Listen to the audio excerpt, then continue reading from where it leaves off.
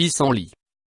Le pissenlit est une plante dont les bienfaits ont été découverts dès l'Antiquité, mais n'ont été démontrés qu'au XVIe siècle.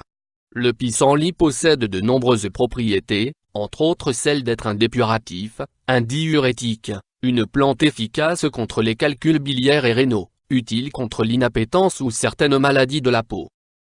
Forme et préparation: soupe, décoction, tisane, gélule, capsule, salade, extrait, sec ou fluide, et infusion. Propriétés médicinales du pissenlit. Utilisation interne du pissenlit. Stimule et apaise le foie. Le pissenlit est utile contre les problèmes de foie, contre l'engorgement du foie et les soucis de vésicule biliaire. Vertu dépurative: agit en cas de constipation, de digestion difficile, d'excès de cholestérol ou même en cas d'inappétence. Prévient les problèmes rénaux, insuffisance urinaire ou hépatique, troubles biliaires. Utilisation externe du pissenlit.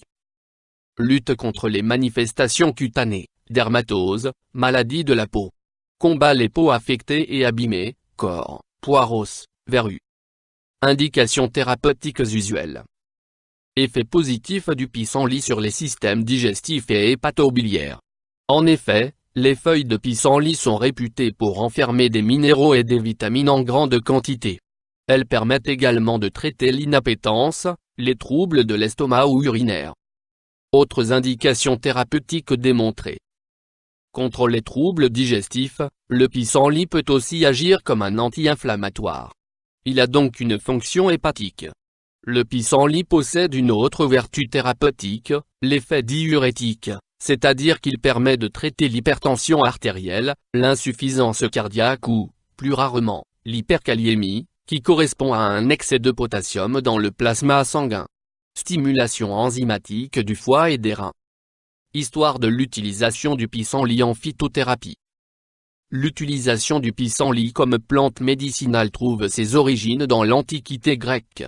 Cependant, les premières véritables utilisations du pissenlit remontent au XVIe siècle, durant lequel les médecins l'utilisaient pour soigner les maladies du rein.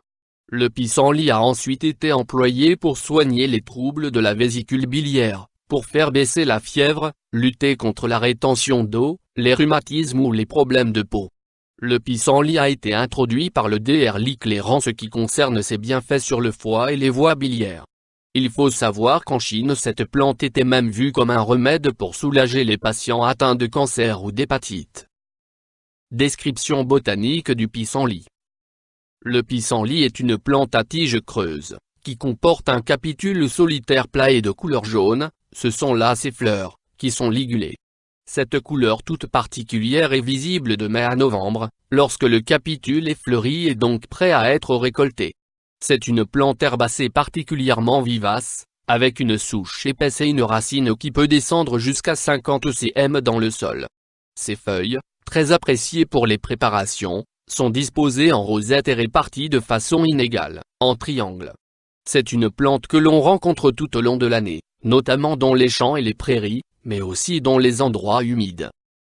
Composition du pissenlit. Parties utilisées. En phytothérapie, on utilise principalement la racine, pour ses vertus cholagogues, et les feuilles, pour leurs propriétés cholérétiques. Principes actifs. Les principes actifs du pissenlit sont la taraxine, les terpènes, les flavonoïdes, lutéolosides, cosmosiosides, lutéolinorutinoside, les phytostérols. Le pissenlit se compose aussi de stérol et d'acide phénolique. Utilisation et posologie du pissenlit. Les feuilles et les racines de pissenlit ont des bienfaits respectifs, mais des propriétés autres si les deux parties de la plante sont associées, ce qui aura pour effet de traiter non seulement les reins, mais aussi le foie. On recommande cependant de ne pas prendre au-delà de la dose quotidienne, qui est de 30 g pour les feuilles et 15 g pour les racines. Moins en utilisant seulement les feuilles de pissenlit, il est possible de faire une infusion, 4 à 10 g de feuilles dans 150 ml d'eau, jusqu'à 3 fois par jour, ou bien une teinture de feuilles de pissenlit, 2 à 5 ml 3 fois par jour. En extrait liquide ou en jus, on conseillera l'équivalent d'une ou 2 cuillères à soupe 3 fois par jour. Moins pour les racines, il est possible de les prendre en décoction, en extrait ou bien en teinture. L'extrait peut se prendre en comprimé ou bien en capsule, 750 à 1250 mg 3 fois par jour.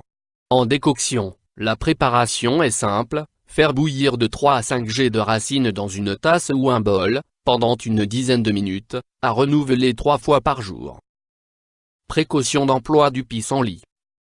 Le pissenlit ne possède pas de précaution d'emploi particulière, sauf en cas de calcul biliaire, où il est préférable de rencontrer un médecin au préalable.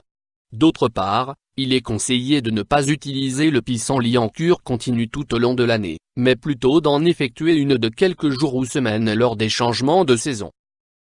Contre-indications.